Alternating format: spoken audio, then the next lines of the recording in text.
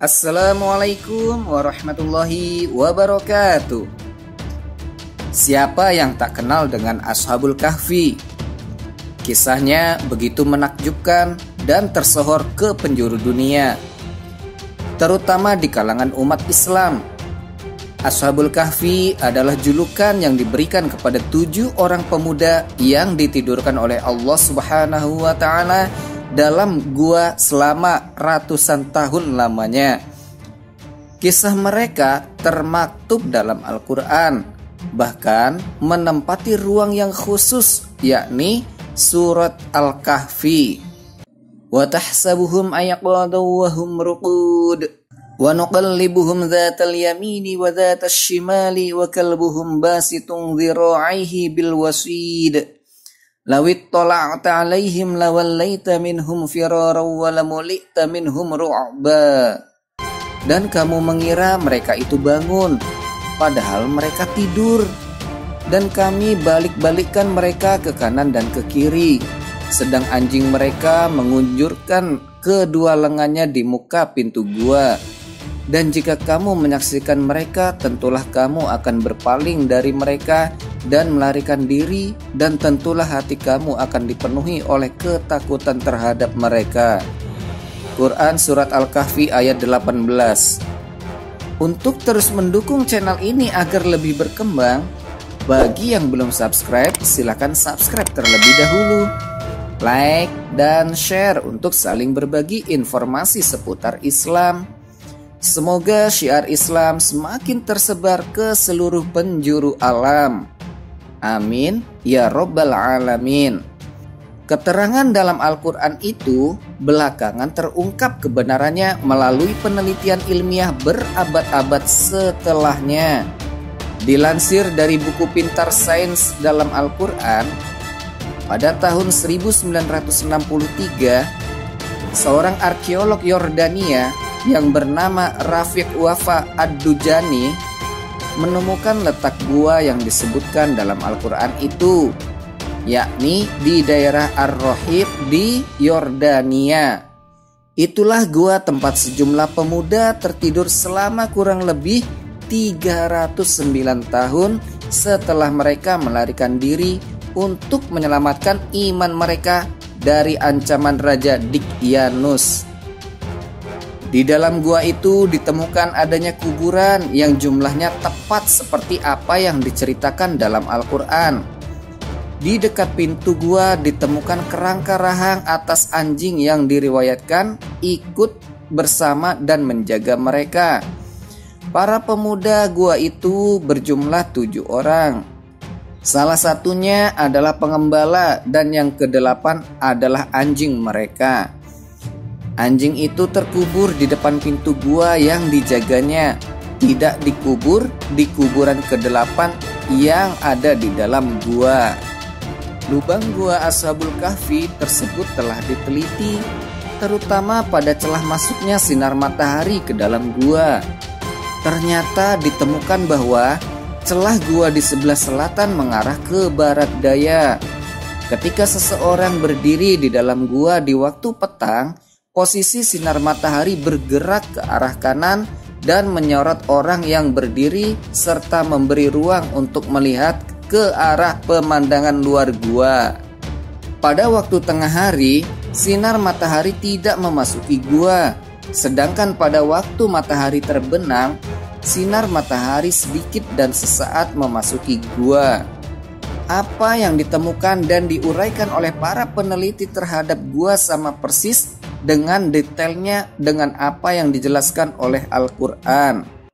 Wa taras syamsa idza tala'at tazawuru 'an kahfihim dhatal yamini wa idza gharabat taqriduhum dhatal shimali wa hum fi fajwatin min. Dzalika min ayatillahi man yahdillahu fahuwal muhtadi wa man yudlil falan tajida lahu waliyyan mursyida. Dan kamu akan melihat matahari ketika terbit, condong dari gua mereka ke arah sebelah kanan. Dan bila matahari terbenam menjauhi mereka ke sebelah kiri. sedang mereka berada dalam tempat yang luas dalam gua itu. Itu adalah sebagian dari tanda-tanda kebesaran Allah. Barang siapa yang diberi petunjuk oleh Allah, maka dialah yang mendapat petunjuk.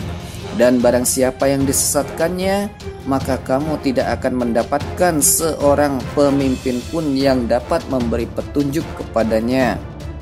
Quran Surat Al-Kahfi ayat 17. Tidak hanya itu, di dalam dinding gua pun ditemukan adanya tulisan dalam berbagai bahasa kuno yang mengisyaratkan keesaan Allah. Bukti-bukti historis, arkeologis, dan astronomis menunjukkan bahwa gua itu sebenarnya memang terletak di daerah Sehab, yakni sekitar 13 km sebelah selatan kota Amman, Yordania. Beberapa orang sahabat Nabi menyebutkan bahwa gua yang terdapat dalam surat Al-Kahfi itu ada di Gunung Roqim, yakni di Yordania. Mereka pernah berkunjung ke sana dan mengaku melihat tulang belulang penghuni gua. Di antara para sahabat itu adalah Ubadah ibnu Somit, Muawiyah ibnu Abi Sufyan, dan Ibnu Abbas. Juga ditemukannya adanya sebuah bangunan bersejarah di atas gua tersebut, dan ternyata bangunan itu dulunya merupakan gereja dan beralih fungsi menjadi masjid pada masa kekuasaan Islam. Ditemukan ada 7 pilar batu yang sudah tidak sama lagi tingginya dan dalam posisi membentuk lingkaran. Rupanya itulah bangunan yang disebut dalam Al-Quran. وَكَذَلِكَ أَعْثَرْنَا عَلَيْهِمْ لِيَعْلَمُوا أَنَّ وَعْدَ اللَّهِ حَقٌّ وَأَنَّ السَّاعَةَ لَا رَيْبَ فِيهَا إِذْ يَتَنَازَعُونَ بَيْنَهُمْ أَمْرَهُمْ فَقَالُوا بَنُوا عَلَيْهِمْ بُنْيَانًا رَبُّهُمْ أَعْلَمُ بِهِمْ قَالَ الَّذِينَ غَلَبُوا عَلَى أَمْرِهِمْ لَنَتَّخِذَنَّ عَلَيْهِمْ مَسْجِدًا. Dan demikian pula kami mempertemukan manusia dengan mereka, agar manusia itu mengetahui bahwa janji Allah itu benar, dan bahwa kedatangan hari kiamat tidak ada keraguan padanya. Ketika orang-orang itu berselisih tentang urusan mereka, orang-orang itu berkata, "Dirikan sebuah bangunan di atas gua mereka.